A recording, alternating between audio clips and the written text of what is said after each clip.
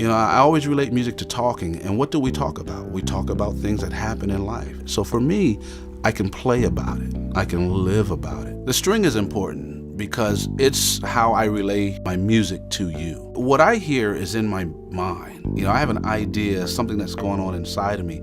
But for me to relay what I'm feeling and hearing to you, I need an instrument, I need amplification, I need a string. So the string is one of those important bridges from my music to you. So how that string vibrates is important. The right string is all important. Touring the factory today, the DR factory, was amazing. Everybody knows each other. People have been here for decades. When you talk about handmade strings, everyone's gonna have a fingerprint to it. Where some people say, well, we don't want that. We want a factory or a machine to do it. But think about people.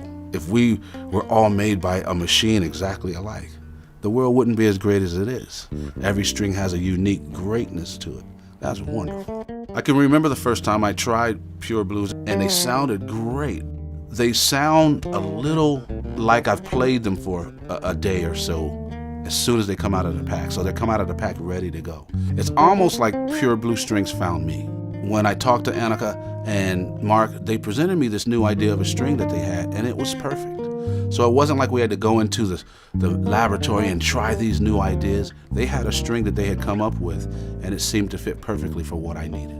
Other than that, I don't know anything except that they sound good.